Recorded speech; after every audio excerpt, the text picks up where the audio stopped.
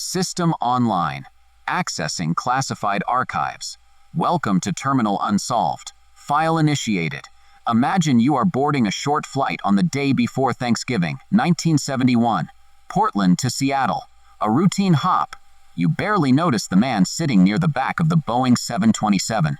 Dark suit, dark tie, white shirt. He orders a bourbon and soda, lights a cigarette, and waits for takeoff. He's quiet, ordinary enough to disappear. His ticket says Dan Cooper. The world will remember him as D.B. Cooper, and he is about to pull off the most famous unsolved hijacking in aviation history. Once airborne, he passes a note to a flight attendant. He leans close. He tells her he has a bomb. He opens his briefcase just enough to show wires and red cylinders. Then he lays out his demands. He wants $200,000 in cash and 4 parachutes. He doesn't wave a gun. He doesn't scream. His weapon is complete, terrifying control. Flight 305 lands in Seattle. Authorities scramble to meet the demands, terrified a wrong move will trigger an explosion. The cash is collected. The parachutes are delivered. The passengers are allowed to walk away, but the crew does not. Cooper orders the plane back into the sky, demanding they fly south toward Mexico. But a Boeing 727 is unique. It has rear stairs that can lower from the tail. Sometime during that dark, freezing flight, a warning light flashes in the cockpit. The rear stairs have been deployed. There is a sudden shift in cabin pressure, and then the passenger is gone.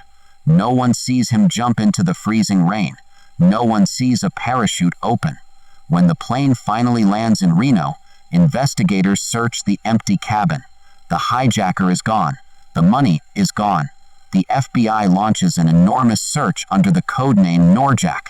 But how do you find a man when you don't even know where he landed? The jump zone depended on wind, aircraft speed, and exact timing. Change one variable and the search area shifts by miles into the hostile Pacific Northwest wilderness. The forest can swallow fabric. Rain can erase tracks. If Cooper died, the earth never gave up his body. If he lived, the world never produced the man. The FBI chased leads for decades. Suspects appeared. Deathbed confessions were made. People found old parachutes and military records. But a good story can never replace physical evidence. The tie he left behind, the fingerprints, the ticket, none of them closed the case. Then, 9 years later, the strongest clue literally washed up. In 1980, a child digging on a riverbank near the Columbia River found decaying packets of cash. It wasn't random money. The serial numbers matched.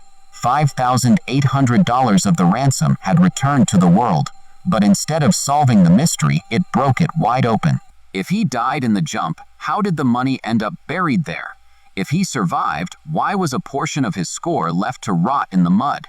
The FBI officially closed the active investigation in 2016, but the file remains suspended between physics and legend. The myth remembers the suit, the sunglasses, the bourbon. It remembers a folk hero who beat the system and became smoke. The myth forgets the terror of the crew, trapped with a man controlling their route in the dark. It forgets that the entire legend was built on a deadly threat.